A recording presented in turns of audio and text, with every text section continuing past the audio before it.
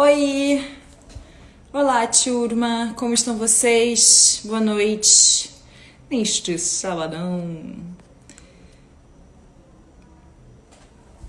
Vou chamar agora a Maíra para conversar com a gente.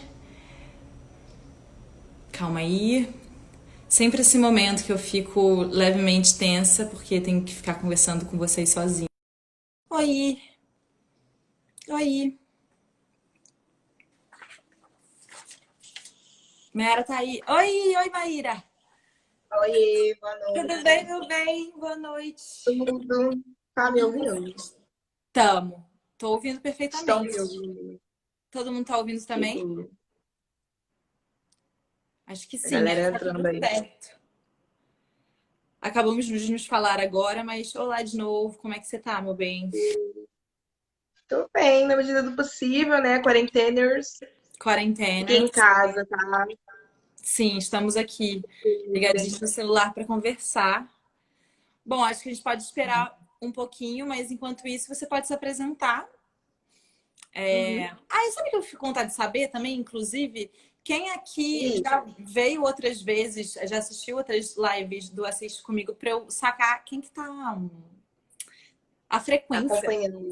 só por curiosidade. Enquanto isso, apresente-se, meu bem. Então, eu dei as apresentações assim, porque eu sempre fico aquela coisa, quem sou eu, né? Esquizofrênica. Enfim, meu nome é Maíra, vocês já me conhecem pelo nome. Eu sou escritora. E comecei com literatura infanto-juvenil, um pouquinho de história, educação, e comecei aos poucos a entrar nessa coisa de escrita para todos os meios, porque de formação eu sou educadora, né? E Uhum, acredito muito na importância da escrita, do material escrito como ferramenta pedagógica, né? uhum, Como possibilidades diversas de se passar alguma coisa, um conceito, não como moralizante, mas como para passar alguma mensagem. E aí, há uns 2 anos atrás, eu comecei a estudar roteiro e dramaturgia. E comecei a trabalhar com o roteiro também, me tornei roteirista, né? uhum. E participei de algumas salas de roteiro, série, enfim, tô nessa. E junto com isso também veio a escrita para teatro, escrevi 2 peças ali, que tá até na descrição da minha microbio. Sim. E assim, resumidamente, acho que é isso. Assim, sou a menina da escrita.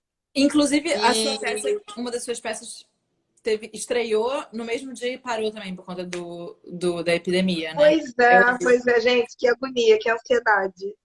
2 peças estavam para estrear no mesmo mês. A primeira foi Iabá, Mulheres Negras, que faz parte de uma trilogia, né, idealizada pelo Rodrigo França, ator, dramaturgo, roteirista, e que fala do ponto de vista da cosmogonia a Yorubá, das masculinidades, foi o Boró a primeira, e a Bá das feminilidades ou mulheridades. E uma terceira peça que ainda vai estrear, vai falar sobre a criação do universo. E ela estreou, agora eu não lembro a data exatamente, mas estreou na segunda semana de março. E só tiveram 2 apresentações. Ai. E assim, é porque, né? Eu fico agoniada, mas assim, o trabalho de dramaturgia é entregar o texto e depois você fica fora, né? Só curtindo a vibe e aproveitando o momento. Eu imagino que as atrizes e a equipe esteja mais nervosa do que eu. E a segunda peça nem chegou a estrear, iria estrear no Midrash, chama Duas Rio de Janeiro. Filhas. Nós duas somos do Rio. E, é verdade, gente, não falei coisa horrível, eu sou do Rio. E E a gente ia estrear também nesse espaço no Leblon aqui do Rio e acabamos não estreando. Duas Vidas é um texto performático que, na verdade, eu compus a dramaturgia junto com as atrizes. Né? Elas falavam das suas angústias e tal, através das memórias do Diário da Frida Kahlo. Então, ele é um texto mais poético, mais performático, com a Paula Lom e com a Daiane Hu. E estrear nesse espaço acabou não estreando. Suspendemos, infelizmente, a temporada. E Uhum. estamos aguardando aí novas orientações fidedignas. Por favor, confiram as orientações. para retomar, né, os projetos e tudo mais. Então, essas duas peças estão aí em suspenso. Fora isso, estou nesse corre do audiovisual da maioria das mulheres, pelo menos, né, independentes, que é tentar esses editais que estão abertos para desenvolver um média-metragem que eu escrevi também, que também fala muito do universo feminino e do universo feminino negro. Sim, muito massa. Um média há tempos Média. não ouvia falar. Pois é, Eles ainda existem. muito, existe ainda, gente. Na verdade, o que eu tenho observado cada vez mais é que série, pelo menos, e filme, né, longa-metragem, eles têm encurtado muito tempo, né? A gente vai ter uma crise disso logo, eu estou imaginando, né? Muito acelerada pelo isolamento social da agora do coronavírus, mas que é muita informação, é muito material, sei lá quantos streamings a gente tem disponíveis agora. Então, a gente tem muita coisa para ver. Então, as séries agora estão tendo 15 minutos, 20 minutos, episódios, né? E os filmes também estão encurtando. Esse filme em particular que a gente vai falar, conversar hoje, ele tem 2 horas e 30. Quem assistiu, coragem, né? Então, quem assistiu, só para quem chegou agora, a gente vai começar. Maíra estava se apresentando, e agora a gente vai começar a conversar sobre o A Cor Púrpura, que é o filme principal para esse debate, mas acho que tem outros também que participam dessa mesma, né, dessa temática proposta por você e que a gente pode conversar também durante esse tempo que a gente estiver aqui. Mas saber também quem aí assistiu A Cor Púrpura ou Bem Amado. Cinderlari falou que tá terminando agora, né? A Nossa, gente vendo o filme junto com live. sim, essa parte é ótima. E não consigo terminar porque É, eu tô no celular. É. vamos tentar não dar spoiler, mas assim, Não, mas eu acho que pode pra quem dar. não Nossa, tem terminou. gente que lê o livro, isso é muito mara, né? Tipo, quem é que lê o livro? Eu não li o livro, eu assisti o filme, mas não li o livro. Eu vi arroba Teves, eu acho que era o nome dela, falou que leu. Uhum. E tem uma questão muito particular do livro, né? Porque se você lê o livro versão original, né, que é o do inglês, e na versão em português, já tem uma grande diferença, assim, logo de cara. Pela E tradução. aí a gente parte para a tradução, e a gente parte para uma análise do filme, e aí também já é uma outra coisa. Tem alguns críticos literários, cinematográficos, que defendem que qualquer nova versão é um produto novo, né? Sim. Porque ele vai passar, seja uma tradução, seja uma adaptação, ele vai passar por um outro olhar, e aí já vira uma coisa nova que não tem como a gente comparar, né? Não A deveria, gente pelo lê o menos, tradutor, comparar. né? Pois é. Aí a Rafa também tá falando, lê o livro. Então, o que eu tava falando de diferente do livro, assim, que mais me chamou a atenção, talvez, do meu lugar, né? É a questão do próprio idioma, da tradução que eu tô falando, do próprio idioma, né? Porque a Celi, ela fala. A Hannah falando da tradução também, é uma merda. Resumindo, ela fala o que chamam de Black English. Black English, né? English. Sim. Ou Pois é, e que tem a ver com a influência dos idiomas africanos, dos africanos que foram para lá escravizados, né? Que é muito parecido com o que a Lélia Gonzalez aqui, não queria fazer uma conversa muito cabeçudinha, mas aqui tem que trazer diferente. Não, Que a mas é Lélia legal que a Gonzalez gente aqui tenha. chama de preto gay. Desculpa, Vou desculpa. tentar falar, fazer menos cabeçuda. A Lélia Gonzalez chama aqui o nosso português de preto gay, né? Pensando nessa influência que a gente tem da língua banto e outros. Então, que vai estar expressa no vocabulário, como dengo, e outras palavras, ou como a gente transforma qual é o livro que vai ser cobrado no vestibular da UF? Ela Eu falou? acho que foi A Cor Púrpura ou o livro que você comentou agora? Depois. Depois ela responde. É. Mas a Lélia Gonzalez, ela vai traçando um paralelo entre o nosso idioma, que não é o português de Portugal, e o que a gente mudou, né, alterou enquanto povo, por conta das influências dos diversos povos que aqui viveram, né, forçosamente ou não. E ela fala dessa questão que ela chama de português, então, o nosso idioma. E existem isso em todos os países que houve imigração forçada ou não, de povos diferentes, né? Ah, então a cor púrpura vai ser cobrada no vestibular, é interessante. Interessante porque tem muitos outros recentes, né, que tratam da mesma temática e resolveram trazer ele agora para um vestibular. Curioso. E aí a adaptação, a tradução é muito ruim por conta disso, porque o tradutor brasileiro, ele acredita que o idioma inglês com uma influência negra, na verdade ele simplesmente fala errado. Então ele transforma palavras que semanticamente teriam um valor, né, negro, digamos assim, para resumir, mas em palavras erradas, escritas erradas. Ele duplica a Nossa, letra, violento, né? Porque é e bem apaga violento. Então, assim, uma história da linguagem, né? Que participa ali, né? pois é, isso é a primeira coisa que me chocou, assim, né? Dessa tradução do livro. Mas existem outras coisas que aí a gente pode ir falando aos pouquinhos. Mas uma coisa também que está no livro e que a gente não vai ver de cara no filme é a nomeação dos homens. Os homens, inicialmente, eles não têm nome no No livro. livro? Eles não têm nome. Eles vão passar a ter nome à medida que eles vão ganhando um novo significado ao longo da história. Então, o Albert, né? Sim, o Albert, é Ele, o Danny Glover, né?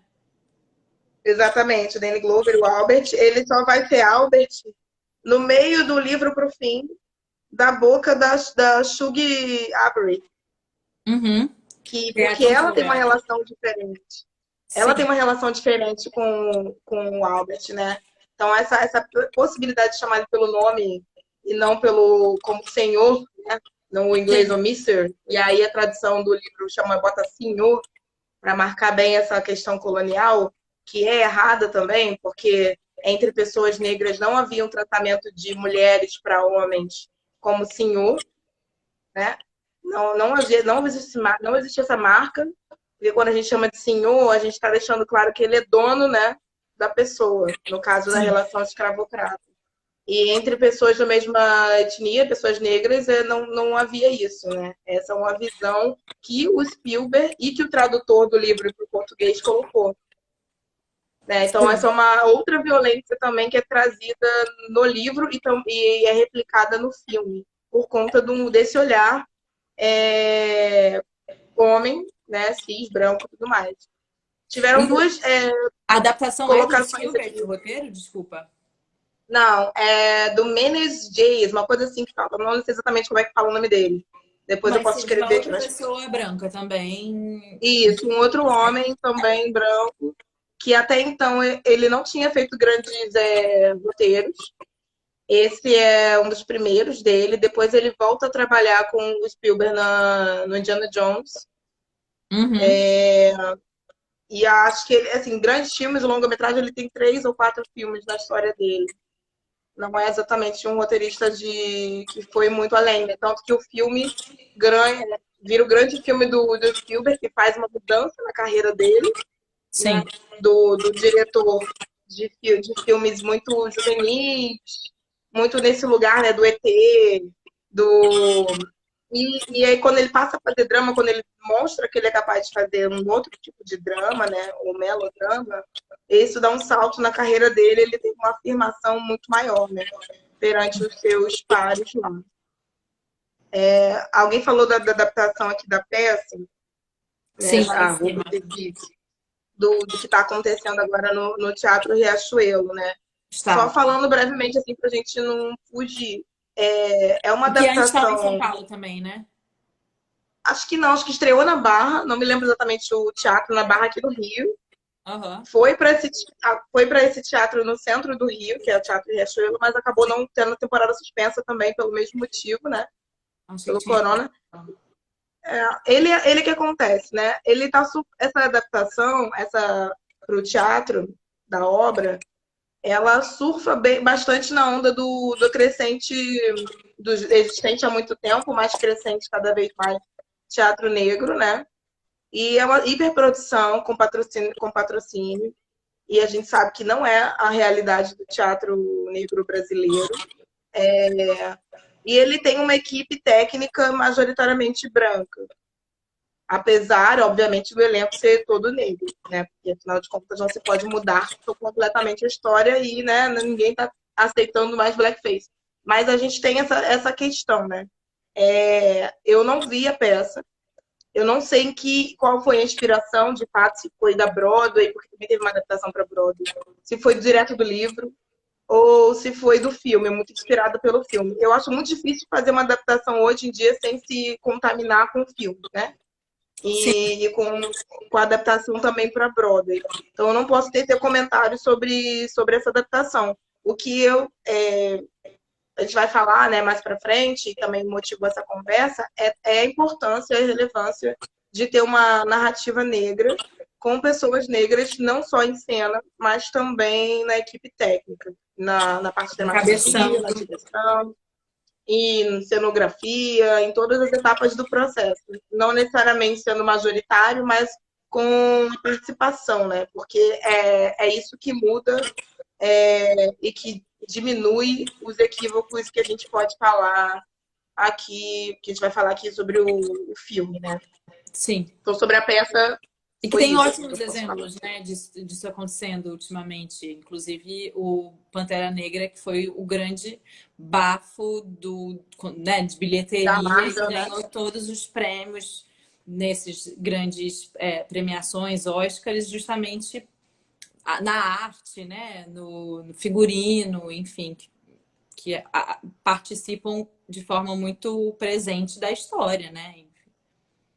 Sim, não tem como, porque a gente faz arte, cria através das nossas subjetividades, assim. Então é impossível a gente se destituir do que a gente é para criar qualquer coisa. E a gente também não pode cair na armadilha de que a gente pode falar sobre tudo. Não podemos falar sobre tudo. Uhum. Né? Não existe uma histórias únicas, né? Nas outras conversas a gente vocês falaram muito sobre personagens não binários, com questões, com diferenças de gênero, como que isso é representado, ou como mulheres são representadas. Né? Ou como mulheres são representadas, ou como a sexualidade, e nesse filme também temos questões com isso, representada, e a gente pode citar diversos exemplos de como que isso muda a partir do momento em que as pessoas que estavam sendo representadas estavam na criação. Com certeza. Não muda absurdamente. Assim, citou o Pantera Negra, né, o maior sucesso dessa linha Marvel, né? Uhum. Mas a gente pode falar de outros casos recentes, assim, gritantes. Acho que talvez melhor entrar no filme primeiro, né? A gente já tá aí. Que se deixar, eu vou. Até que é bom, né? Abre esses parênteses. Não, mas eu sou rainha dos parênteses e não paro nunca. Aí, Jesus, alguém me traz de volta. Não, ninguém... a gente tá aqui conversando entre amigas. Mas voltando, desculpa, você estava falando mais sobre adaptação. Você falou sobre a tradução, né, do livro para o português, que já, de alguma forma, descaracterizou uma linguagem. Isso. Aí alguém falou aqui em cima, né, mulher, o fato de ter visto o filme antes de ler o livro não me deixou perceber que os nomes não eram mencionados, né? No livro é muito marcante, porque logo na primeira página, ela começa a descrever o estupro que ela sofre, pelo que ela acreditava. Mas é engraçado como que o filme coloca isso de uma maneira melodramática para poder, né, funções dramáticas. O que isso que o Spielberg faz? Ele pega, ele, o roteirista, né? Ele pega o livro e tira dali elementos que funcionam de maneira para dramaturgia, para o que ele quer mostrar, dentro de um gênero melodrama. E não se aprofunda no quais são as questões que estão ali. Não se aprofunda muito em função pelo fato dele mesmo não ser alguém que tem sensibilidade para isso. É o que eu acredito, né? E a gente pode discutir isso daqui. Né? Então, ele escolhe começar o filme com um campo de flores da cor púrpura, né? Onde as irmãs estão brincando e rindo e tudo mais. E que a barriga da Celie é revelada aos poucos pelas flores ali. Uhum. E logo que aparece a barriga dela, grávida, aparece bem grande também um filme de Steven Spielberg, enorme. E aí, bem em cima da barriga dela. Então já é uma escolha assim, que já dá um soco logo de cara. Por quê? Porque a primeira parte do livro é ela falando sobre essa situação dela com a família dela antes dela se casar. Da relação que ela tinha com a mãe, com a irmã e com esse pai que depois ela vai entender que é um padrasto, na No verdade. livro, a mãe é comentada.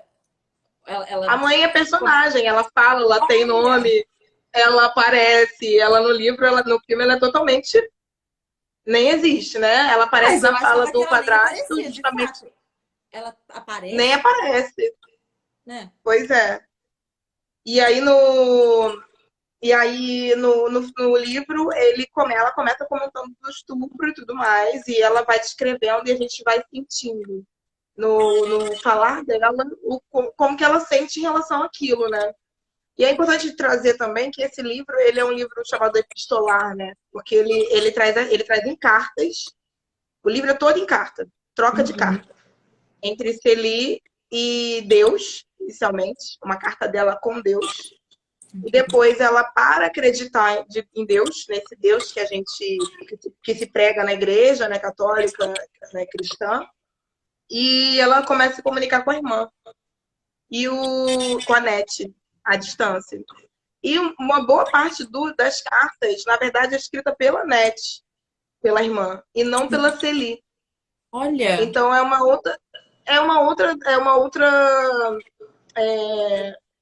pena, na verdade, se eu posso resumir assim, que o Spielberg não tenha escolhido trazer essas duas narrativas do ponto de vista das duas mulheres, com sim, as suas nossa, próprias seria muito vozes. lindo aquela. Não é, porque inclusive me parece que a vida de Celi, é, pelo filme, né, em algum momento se tornou muito melhor, inclusive, né, do que a de. A vida de Net se tornou muito melhor do que a de Celi quando ela parte depois para a África, né? Tipo, Sim, dando inclusive uma possibilidade de vivência melhor ali naquela história, né? Tipo, muito louco que o Spielberg tenha escolhido só o grande sofrimento. não é louco, né? Não, Louco não não é é. louco, a Eu gente acho que sabe, mas foi uma escolha mesmo de apelo, porque é a questão da apropriação que a gente fala quando dá nome, né, para essa conversa, né? Ele uhum. se apropriou daquilo que haveria um apelo para o público, né? O melodrama como gênero, ele tem uma função, né? Que o sucesso da heroína não vai resultar apenas na glória dela, né? Mas vai ser uma restauração, uma reafirmação da ordem social. Então, primeiro ele precisava mostrar que aquele sofrimento era dela, para Uhum. depois mostrar, voltar à restauração e reafirmação da ordem social. Mas aí, que ordem social é essa? Né? Por isso que eu falo que é curioso ele comentar como se elas vivessem num conto de fadas, num mundo lindo, pulando pelas flores, e que o final fosse justamente lindo, elas brincando ao pôr do sol. Ou seja, tira completamente essa narrativa daquele momento que os Estados Unidos vivia, né? A gente está falando de um filme que acontece entre o século X, entre a década de 10 ali, do 1990, não, 1906, se eu não me engano, até 1940, que é a fatia de vida representada. E parece que tá tudo bem depois, entendeu? Que o único problema Elas se da Celi encontraram, resolvido. resolveu. O único problema é esse, né? O problema não Aí era nem a a escolha. sociedade, né? Era, inclusive, tem uma personagem branca que é uma vilã ali, mas fora isso, todo o vilanismo se concentra no núcleo familiar ali, né? Pois é, e o que ainda questiona essa personagem branca, porque assim, no livro, ela não é essa histérica maluca, essa branca maluca que aparece assim, tipo, vilanesca total, novela das nove. Ela não é isso, né? E para ter uma função dramática, se cria isso, né? Então ela fica histérica. É uma outra representação estereotipada da mulher branca também, né? Uhum. Porque ela fica histérica, ela age de uma maneira vilanesca e ninguém se identifica com aquilo. Nenhuma pessoa branca vai se identificar com aquilo. Uma mulher branca que porventura possa reproduzir aquele gesto de pegar os filhos da Celi, ficar tentando mexer nas crianças que não são delas, como se fossem bichinhos de pelúcia, sabe? Que ela pudesse pegar na hora que ela quisesse. Uhum. Ninguém se identificou com aquilo, apesar disso acontecer até hoje. Porque essa personagem é tão caricata, tão fora da realidade, Sim, né, que não gera nenhum tipo de empatia. Fica é, parecendo que o racismo praticado ou reproduzido por uma mulher branca só pode acontecer daquela maneira.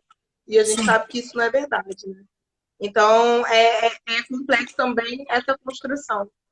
Na verdade, como eu estava falando do melodrama, assim, ele escolhe personagens que são do tipo que acho que a Alice até falou, né? Que é uma referência que ela usa muito nas aulas dela. Na primeira live, ela deve ter falado do Cândido, do Antônio Cândido, Falou. do personagem do romance e tudo mais. E ele divide os personagens em categorias, digamos assim, né? O Spielberg, Planos. para a função, na verdade, é personagem de costume, redondo, planos, né? Uhum. Então tem essas divisões e aí no melodrama o Spielberg ele faz uma escolha. Ele só usa personagens de costume ou estereótipos, né? Ou de caricatura que a gente pode chamar também. Porque o personagem é aquela coisa ali, né? Qualquer cena que ele apareça, ele vai trazer aquela característica ali marcada. E a história anda, mas o personagem muda pouco. Então, trazer isso também é uma outra pena, né? Tentando achar uma palavra. E aí a gente estava falando um pouco da forma como as duas personagens poderiam vir em paralelo, justamente para mostrar o contexto histórico que os Estados Unidos vivia e que o mundo vivia do ponto de vista racial, né? Porque como você estava falando, Lívia, a Net, ela teve uma vida completamente diferente da Celine. Sim. Ela não só ela estudou, né? Como ela depois ela sai do país, ela vai fazer, ela vai ser missionária num país africano, que no filme nem menciona qual é, né? Não. E Na não África. fala nem. É África. Então a África ainda fica uma coisa meio selvagem, mostra umas zebras, umas girafas, umas O coisas assim. elefante, tem uma cena insana do elefante. Aparece, assim, estamos em África, mostra um elefante, um monte de girafa e um monte de zebra. E pessoas batendo tambor e falando idiomas que a gente não identifica. Tem isso, né? É. E aí, então, assim, elas vivem vidas completamente diferentes. E boa parte do livro E também fala. a destruição do homem branco lá, né, na situação, que também é algo que a Isabela falou aqui, que também é um acontecimento bizarro de um tanque entrando dentro de uma igreja e que, mais uma vez, reitera essa falta de responsabilidade do, dos Spielberg, das pessoas que estavam participando ali no filme, de se colocar em situação, né? Pois é. Ele se coloca muito em situação. Ele transforma o personagem do Albert, que seria o grande vilão na cabeça do Spielberg, no patriarcado, nele mesmo, se você pensar bem, né? Mas Uhum. pode. Mas, assim, para voltar essa questão, para fechar essa parte das duas narrativas possíveis, eu Desculpa, queria amiga. até dar um exemplo de um filme brasileiro, escrito por uma mulher, e que tem duas personagens femininas principais e que você mostra duas irmãs justamente vivendo uma situação completamente diferente, que é o filme Entre Irmãs, que tem Irmãs a... Marjoristiano e Nanda Exatamente, Costa. o nome da outra... Quem? Nanda Isso, Costa. exatamente, que é escrito pela Patrícia Andrade. É, dirigido pelo Breno Silveira. Aquela. Isso, exatamente. E aí, você fez... Ah, Uma foi que você falou. gatidão. Aí, memória boa.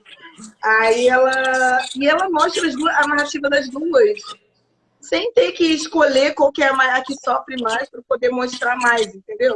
Sim. Me mostra um contexto de Brasil ali, o Brasil naquela época, no sertão, o que era ser mulher e tudo mais. Então, é uma possível, né? Uhum. Mas aí precisa de ter uma mão representar, escrevendo ali que está entendendo a diferença. Sim. Só fechando esse parênteses. Então, assim, perde-se muito de uma nuance do livro, né, na hora de escolher uma adaptação. E também essa questão do diário, né, da carta, de ser sempre do ponto de vista só dela, também fica um pouco perdida em muitas cenas do filme. Né? Não é mais ela, às vezes, falando. É alguma coisa que está acontecendo fora. Acontecem coisas, inclusive, que ela nem veria, ela nem saberia, e que isso é trazido pelo diretor ou pelo roteirista, a gente não sabe, enfim, pela adaptação. Uhum. Aí alguém falou que acho que é Rafa, sobre a questão do relacionamento amoroso, né? Isso é uma outra É, questão, assim, tem no filme, tem um violentíssima. único beijo ali, né? E depois E, nossa, ela fala sobre o desejo ainda, mas é algo que não é concretizado. Me pois parece que é é, um filme ela... que é uma coisa da Celia, que a Snug, o livro eu não sei. É, e como eles constroem essa personagem da Shug como uma personagem muito promíscua, né? Ela já começa assim, promíscua, hipersexualizada, que fala palavrão, fala o que quer. Não que no livro isso também não esteja, né? Até uma crítica, inclusive, ao livro, quando o livro foi lançado, né? Algumas dessas críticas também vieram para o livro, muito antes do filme, do fato dela ser essa mulher assim hipersexualizada, a Shug. Uhum. Mas o que acontece no livro é uma relação de amor, né? Ah, é? Elas se amam, elas namoram, elas têm um relacionamento, Ai, eu fico né? com E raiva. dá muita Porque a Liv raiva, dá muita raiva. Elas Walker têm era sapatão. total sapatonesca, apesar dela ter sido casada, né, nesse momento. Na verdade, inclusive, ela tem uma fala dela, da Alice Walker, muito depois, né, desse livro ter sido lançado, do filme e tudo mais, que ela fala que esse livro causou muitas coisas nela, inclusive o divórcio, né? Porque ela trouxe várias das questões sexuais dela para o livro, e depois esse livro saiu e ela sabia detalhes demais, Ela né? falou, querido, já tá no papel, já tá aqui. Exatamente. Beijo. Aí é meio que uma assunção da sexualidade dela ali naquele livro, porque Sim. é muito pessoal. Ah, que E ela lindo. fala de masturbação, ela fala, inclusive uma das falas que se manteve na adaptação do filme, que ela fala assim, você nunca sentiu prazer com o Albert? Aí ela fala, não, é como se ele tivesse dando um xixi em você. Aí ela exatamente assim que eu me sinto. Aí a Shug fala pra Celie, então você é uma virgem. Isso tá no livro. Isso tá Tá no no livro. livro? Mas Nossa, mas é uma tá no fala. livro em que sentido? Tá em que sentido? Tipo, se você não sentiu prazer, você ainda é virgem. É nesse sentido que tá no livro, né? Sim, E aí ela não sente prazer com homem porque ela não gosta de homem mesmo. Ela não é bissexual, a Celie. Ela é lésbica, total.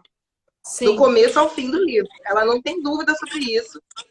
Inclusive, no final do livro, ela tem a oportunidade de se aproximar do Albert. O Albert fala assim, a gente ainda é casado, hein? Você lembra que a gente ainda é casado. Ela, sim, mas eu não gosto de você, você é homem.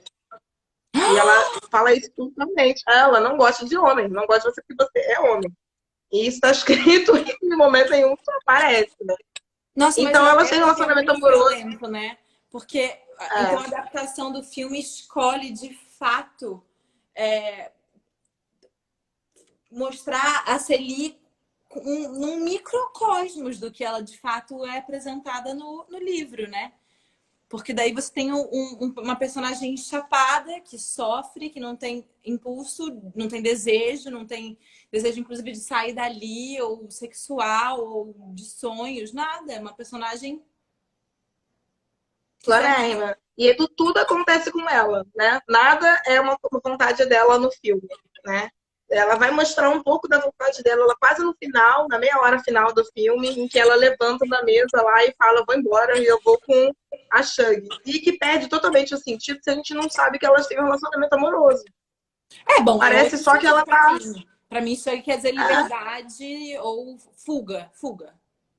E não Exatamente. desejo, né? Escolha de ir junto. Não, é Fuga. desejo. Eu quero estar com alguém com quem eu amo, né? Com quem eu tenho prazer sexual, com quem eu amo. E não e por que isso fica fraco, né? Porque não mostra desde o começo que ela vai alimentando a fantasia dela, muito antes de conhecer a Shug, com a foto dela.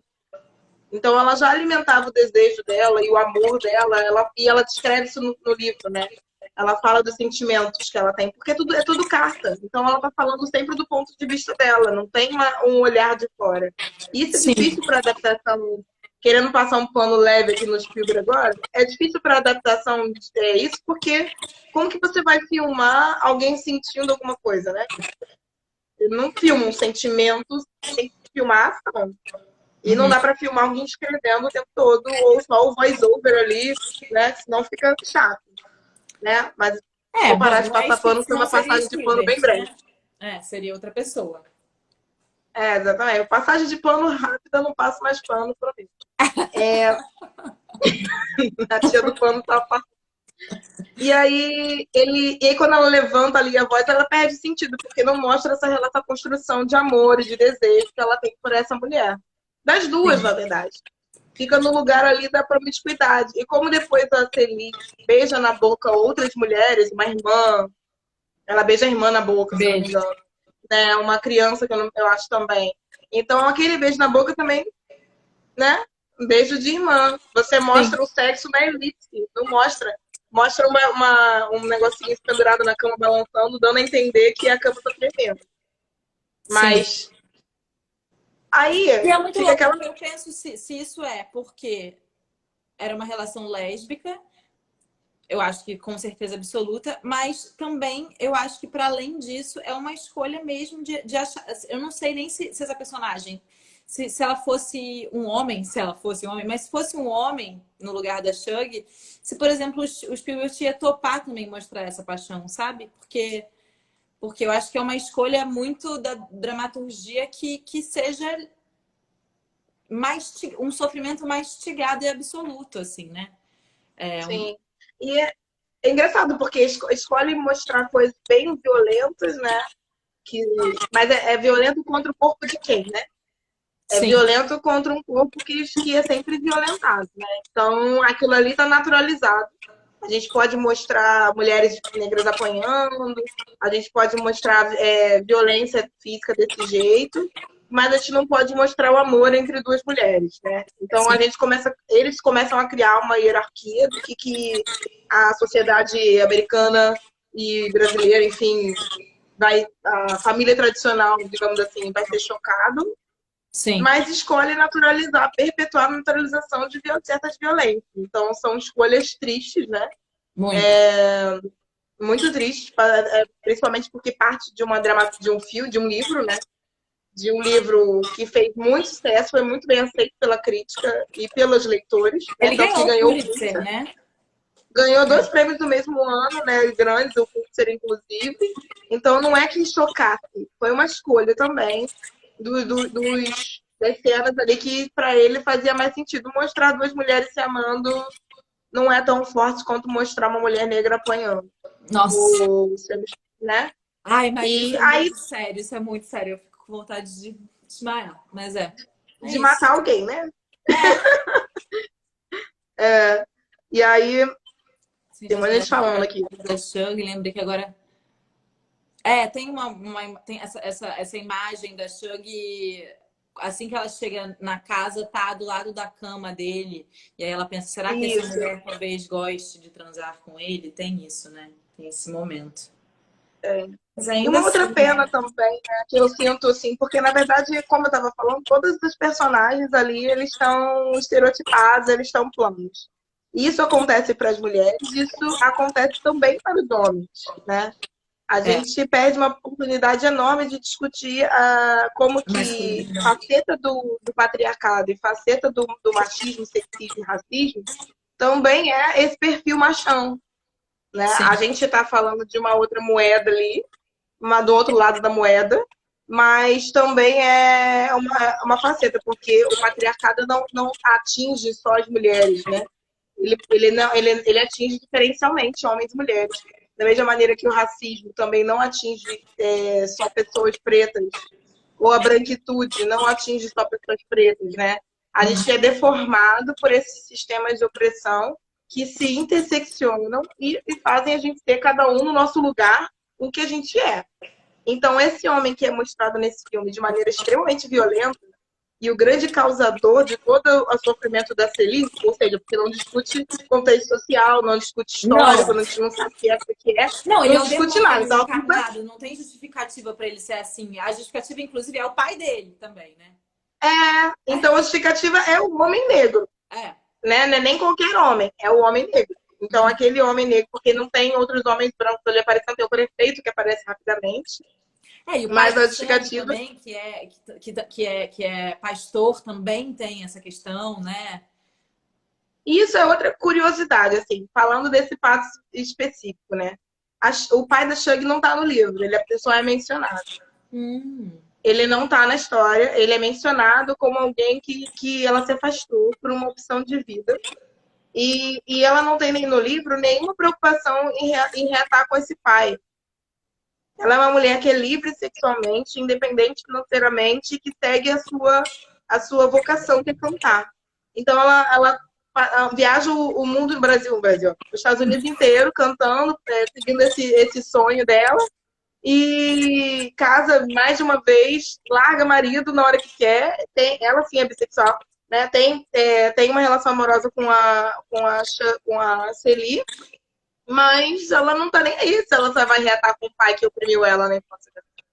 Por que que o Spielberg pega uma frase, né, que é uma citação de um pai, e decide colocar ele fazer uma contraposição falsa entre a arte, né, negra americana, ali expressa pelo blues, e pela religião. Ou seja, cria-se essa falsa divisão, a religião ali expressa no papel do pai, né? E aí depois ela cria uma conciliação no final, que nunca foi intenção da Shug e de nenhuma das personagens se reconciliar com nenhum deles. Porque, assim, novamente, o melodrama ele termina com a reafirmação da ordem social. Então a Shug ela tinha que mudar de algum jeito. Ela não poderia ser essa mulher que vive cantando e que tem a relação sexual com quem ela quer e casa com quem ela quer na hora que quer. Ela precisa ir ali pedir perdão pro pai. Senão, sociedade como? Entra em choque, em colapso. Nossa. Então cria-se um personagem que nem aparece no livro, que aparece muito brevemente citado, para poder dar a possibilidade, no final, dela pedir perdão para esse pai, desse pai perdoá-la e tudo fica bem no final, assim como começou nos Campos de Flores. Entendeu? Sim. E é o grande ápice do também filme. redimir essa imagem que o próprio Spielberg criou sobre essa masculinidade negra, né? Assim, ele constrói esses estereótipos super violentos e no final ele resolve que todas essas figuras que ele construiu, que são fictícias e mentirosas, se redimam. Né? Tipo, olha... mas ou sejam punidas, né? Ou se redimam, ou sejam punidas. Por que acontece? Sim. O Albert, ele fica sozinho lá, né? Sozinho. Ele aparece sozinho lá longe, com sofrimento, a casa abandonada. No livro, ele não é isso que acontece. Ele, de fato, se redime. Ele, de fato entende toda a questão, né? Pelo qual ele foi atravessado e o quanto que ele reproduziu toda aquele tipo de violência. E ele tenta ajudar, mas tenta ajudar não da maneira que o filme retrata. No filme tem uma passagem em que o Albert recebe a última carta da NET e ele vai até o serviço de imigração e ele negocia lá a volta da NET. Isso não tem diálogo, mas isso é o que aparece, isso dá a entender. Sim. Ou seja, colocando o Albert nesse lugar central de quem reuniu as duas irmãs que ele separou. Sendo que ele não faz nem perto desse movimento no livro. Assim, não é ele. Então ele vira uma figura central num livro que é um livro sobre autoempoderamento da mulher negra e sobre solidariedade entre mulheres negras e sobre relacionamentos amorosos entre mulheres. O livro é sobre isso. Gente, meu Deus, tô pasma. Chocante. É chocante. Tem alguma coisa que você tocar? Hã? Não, aqui é uma pergunta da Sinara. Oi, Sinara. Minha amiga, gente. Se tem de alguma contribuição positiva nesse filme, né? Porque também fica parecendo que o filme é tipo... Meu Deus. O filme é a cor púrpura. Perguntaram. Ele tem... O que ele é positivo, né? Como que as feministas negras americanas receberam esse filme? Tá. Como na época, né? não hoje, como uma bênção, digamos assim. Estou exagerando a palavra, mas é isso. Primeiro, porque a gente não tem ainda, né, muitos filmes onde protagonistas femininas negras estavam, onde o elenco era majoritariamente negro, onde as relações de amizade familiares de pessoas negras estavam representadas, e sobre narrativas que não fossem centradas no herói, no herói no sentido o homem herói da nação, sabe aquela coisa, sabe? O personagem heróico que é representado muito, né? Um dos exemplos que a gente pode citar aqui fácil desses filmes de super-herói mesmo, mas enfim, o homem como historicamente sendo o mais importante da história. Então ele quebra isso, né? Ele quebra isso, só que é um filme de grande sucesso. Ele teve mais de 11, não, teve 11 indicações ao Oscar, né? Ele teve uma visibilidade de bilheteria absurda, foi um grande sucesso. Então, a gente recebe, quando a gente é um público carente, a gente recebe narrativas desse tipo como, nossa, que maravilha, existe, né? E aí as camadas vão sendo dissecadas aos poucos, à medida também que a gente vai discutindo mais outras questões. É óbvio, né, que o momento histórico em que o filme foi lançado era outro, o momento histórico em que o livro, né, foi lançado e também retratou era outro. A gente não pode também olhar com os olhos de hoje e achar que essas mulheres negras feministas dessa época, quando receberam isso, eram de alguma maneira alienadas. Não, né? Não. A gente estava falando disso. Da mesma maneira que hoje a gente pode olhar para trás e entender, por exemplo, como a cinegrafia do Glauber Rocha também foi em muitos pontos violenta, Sim. com aqueles subjugados ou aqueles marginalizados e periféricos que ele retratou, né? E a gente pode agora, com o olhar de hoje, olhar para trás e falar isso. Mas não vou passar pano de novo, não. Mas assim, é difícil a gente pegar e parar e fazer uma análise justa, digamos assim, né? Sim. Dessas escolhas com essas pessoas. O livro foi lançado, tipo assim, 4 anos antes do filme, né? É um muito gap rápido. muito bem pertinho. Não dá nem pra... O livro, se eu não me engano, é de 82 e 83, se eu não me engano, 82, 83. Ele ganhou o Pulitzer em 84 e o filme é de 85. Ou seja, né? Imagina uma superprodução daquela que filma até girafa e elefante e zebra, né?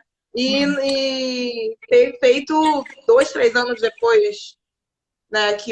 Porque esse é a indústria também cinematográfica americana, né? E era Spielberg já, porque Spielberg já tinha feito ET, já tinha feito Tubarão, já tinha feito filmes todos aí de sucesso. Então, dinheiro tinha. Dinheiro tinha, por isso também que foi rápido. E porque foi muito bem recebido. Sem dúvida. E cai também. Essa história talvez não pudesse ser contada assim. É claro que a história, pelo que você está me dizendo, pelo que você está conversando agora, realmente não chega aos pés do que o livro propõe, né? Assim, mas ainda assim, talvez essa história não fosse contada imediatamente, pelo menos depois, se não fosse por esse sujeito, né? Tipo, milionário. E aí é maluco pensar, né? Que foi ao mesmo tempo que hoje em dia também é impossível, né? É injustificável que algo assim aconteça hoje em dia, né? A gente... Oi? Aquela já falando de Marielle. Não, pois é, hoje a gente vive um outro momento, né? A gente tem muitas abas do urbanês aí. A gente vive em outro momento, apesar de a gente não estar no diálogo, mas a gente vive em outro momento. O que eu me pergunto sempre é o seguinte: esse livro, ele precisava ser adaptado neste momento, 2 anos, 3 anos depois que foi lançado, por essa pessoa com essa magnitude, né? Ou de fato foi uma apropriação de uma história de grande sucesso, de sofrimento? Vamos mostrar o sofrimento da mulher negra aqui, né? Então, também é uma questão de escolha, porque a gente fala que, não, preciso dar visibilidade para essa história. E só quem pode dar visibilidade para essa história é esse cara aqui que está com esse saco de dinheiro, né? Então, não existem outras histórias? Como assim? Do que a gente está falando? Por que essas escolhas, entendeu? Isso é um pensamento de Hollywood, né? Porque antes disso, por exemplo, tem alguns filmes que foram feitos, por exemplo... A Mulher Negra, é um filme da África do Sul, se eu não me engano. Ah, É esse? É Black Girl. Eu não sei qual é o nome em português. vou dar uma Mas olhada. que foi um grande sucesso na época, super grande, enfim, quer dizer, mas era menor, né? Mas assim, a gente tá pensando agora Hollywood, que são aí outros realmente Ah, parâmetros sim. do que é um sucesso, né? Esse filme que você falou é de 76. É. E, enfim, eu fico preocupada porque a gente tá falando de apropriação. E apropriação é quando a gente pega uma narrativa, um produto que é concebido por um grupo de pessoas, né? E depois ele é deslocado para a grande indústria para reverter em dinheiro. Né? É isso. Não é É. sobre quem pode ou quem não pode usar. É como é usado, né? Então é usado para ganhar dinheiro. Por que se apropriar de uma narrativa filme, da literatura, de um conjunto de personagens e uma história que diz respeito muito dessa maneira, para ganhar dinheiro, né? Então, isso é escolha, a gente não pode desconsiderar isso, isso é escolha. A falta de inovação, de narrativas disponíveis por pessoas não negras leva também a essas apropriações. Eu coloco nesse lugar. Tá se apropriando porque não está conseguindo criar. Resumindo. Não está conseguindo pensar em nada melhor que diga respeito a si mesmo e aí vai querer se apropriar da outra com a justificativa de que só ele, porque tem esse dinheiro todo, essa visibilidade toda, poderia fazer. Afinal de contas, quem naquele momento ali poderia é, fazer esse filme com essa visibilidade toda? Era ele, porque estava surfando lá na crista do ET, na crista do Tubarões e tudo mais. Né? Aí já fazendo o paralelo com o que a gente está vendo aqui hoje, não é de agora, né? A gente vive aqui hoje com a escolha de um diretor rico, branco, que representa tudo que a indústria cinematográfica de ruim, né? No sentido ruim da palavra, né? Que é essa coisa patriarcal, que é essa coisa quase da coronalista, né? Essa coisa do paternalista é a palavra, né? Que é família, que bota aqui meu amigo para fazer o filme, não sei o quê. Então fica naquele núcleo fechado, Uhum. né, para dirigir uma série ficcional sobre Marielle Franco. Não porque é Marielle Franco, né, simplesmente, apesar de não ser simplesmente, né, mas Todo mundo principalmente sabe disso que porque aconteceu. É, foi divulgado que vai rolar um filme, uma uma série. biografia, uma série Isso. biográfica sobre a vida de Marielle.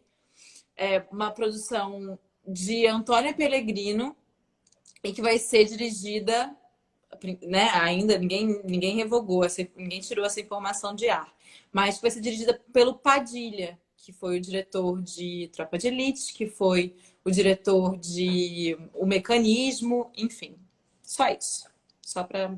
É. E aí toda a problemática disso conversa com o que a gente está falando aqui do filme, porque essas escolhas todas que o Spielberg teve para a cinegrafia de A Cor Púrpura está diretamente relacionada a uma visão da branquitude, não vou dizer do homem branco, vou dizer da branquitude, de que é o sujeito, que ele é um sujeito universal, que ele pode falar o que ele quiser quando quiser, e que se ele não fizer, quem poderia fazer, não é mesmo? Então Uhum. também tem uma coisa assim, que está truncada ainda com uma outra figura que eu não sei se vocês já ouviram falar, que é o White Savior, né, que é o branco salvador, que é ele que vai poder pegar essa história negra e dar, então, a visibilidade que ninguém mais conseguiria. Sim. Né? Então tem isso está tá truncado, né? No caso dessa série, dessa minissérie, né, ficcional, produzida, mas também escrita, né, pela Pellegrino, ela escreveu o argumento da série. Ah, Ela escreveu o argumento da série. E dirigida a priori pelo Padilha, que ele não só representa o o patriarcalismo do cinema brasileiro, né? Mas ele também representa uma política, um uso do cinema, um uso da semiótica da arte, né? Desse poder semiótico da arte, para fortalecer uma visão sobre o negro periférico favelado, de uma visão genocida, né? A gente chama de necropolítica, que é, necropolítica. né? É isso? necropolítica, né? A política da morte mesmo, né? Dizendo que a gente vê muito da figura do agente policial, mas que não é só o agente policial. É quando um governador do estado, por exemplo, fala que tem que atirar na cabecinha, né? E coisas do tipo que a gente escuta por aí. Isso tudo faz parte da necropolítica, Calma né? aí, só, desculpa, Ah, um momentinho, só para dizer que a gente vai passar 1 hora já já, e aí vai cair. Então talvez seja melhor a gente abrir uma outra. Só para você dar uma. Para finalizar, para não te interromper, para não quebrar sua fala no meio da live. cair no meio do Terminar e a gente raciocínio, vai né? chamar outra. Mas termina aí seu raciocínio. Não, e assim, ele representa essa pessoa, né? Com os times que você citou, Tropa de Elite, por exemplo. Quando ele escolhe, na edição, na ilha de edição, colocar o Wagner Moura como personagem principal, né? Para quem não sabe, o roteiro do Tropa de Elite, o personagem que seria o principal, né? Não é o Wagner Moura.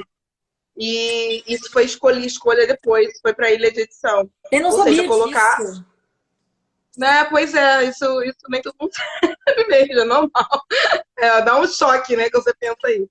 Mas é o.